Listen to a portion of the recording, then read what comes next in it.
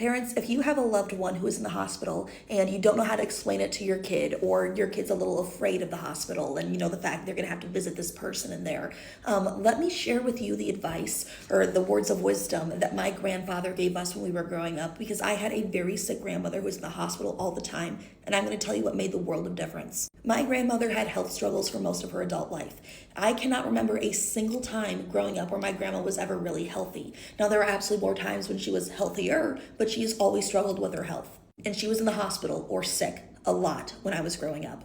We went to a lot of doctor's appointments with her. I remember her explaining to us very, very early on what her insulin was. Like, I always knew what diabetes was. I remember helping her, take her pills every day, with lunch, maybe with breakfast or dinner. And I'd pop a few in her mouth at a time, and then she'd take a swig, and then I'd pop a few more in her mouth. And it just, it got me involved and made it, not weird. But my grandmother was in the hospital a lot when I was growing up, and it happened more and more often as I got older until she eventually passed away. But I was never afraid of the hospitals and the doctors. You know why? Because my grandfather, my papa, would set us down, when we got old enough to understand things, and he would always say the same exact thing to every single one of his grandkids. Grandma is sick right now. Sometimes when you're sick, you go to the doctor, they give you medicine, you stay home and you rest, and you're good.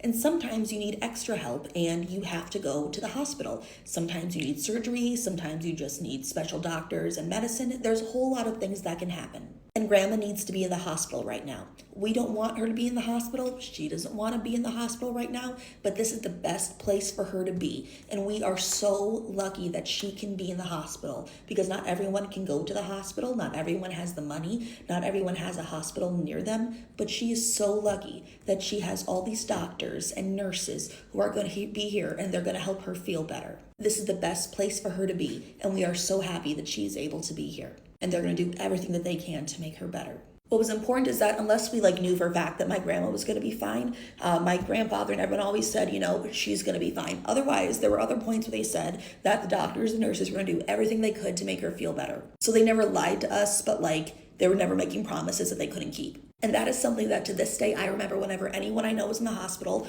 or if anyone is ever stressed out that one of their loved ones is in the hospital. Not everyone is lucky enough to be able to make it to the hospital. Some people don't have the money, the health insurance, they don't have a doctor near them. Sometimes they just don't make it to the hospital in time. Sometimes there's not even everything that they can do at a hospital. Sometimes there are some things that you just can't do anything for. And if your loved one is in the hospital, that means that that is the best place for them to be, and they are going to be there, and they have all these amazing, wonderful people who are there working on them to make sure that they are the healthiest that they can possibly get them.